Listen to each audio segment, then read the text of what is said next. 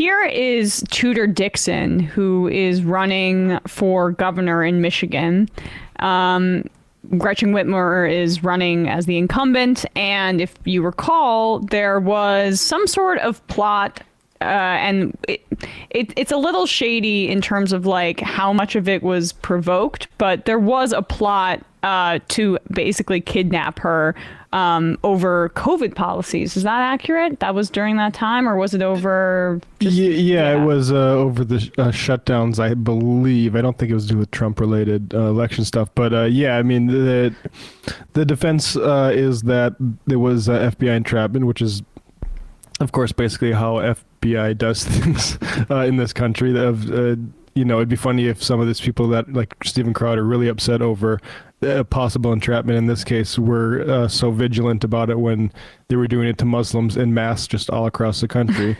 I mean, I personally, like, I'm willing to believe the FBI entrapment thing, but I also think that there's plenty of raw material there. Yeah. Among these militia groups to actually, to easily entrap. I'll just say that.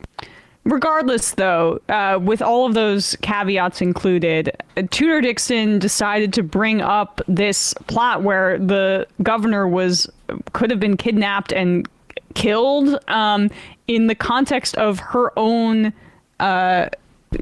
race against her, and basically tries to reappropriate this plot to kidnap the governor for her own ends. It's bizarre.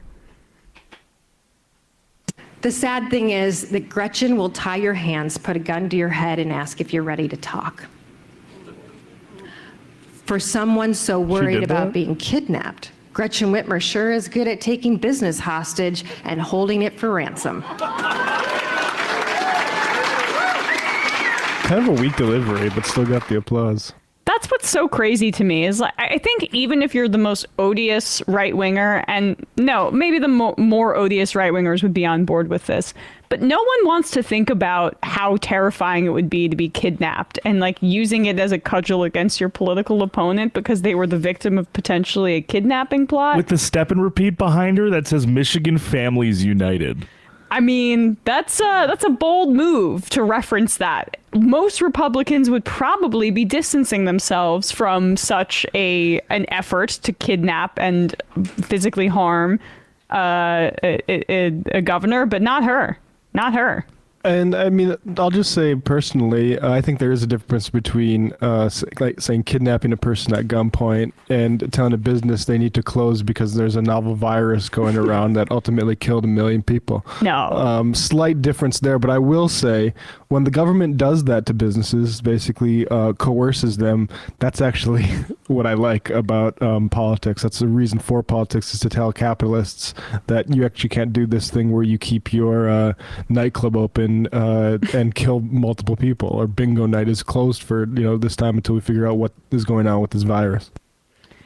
It really is. It really is gross, but don't feel great about her chances in hearing the crowd reaction to that reference there.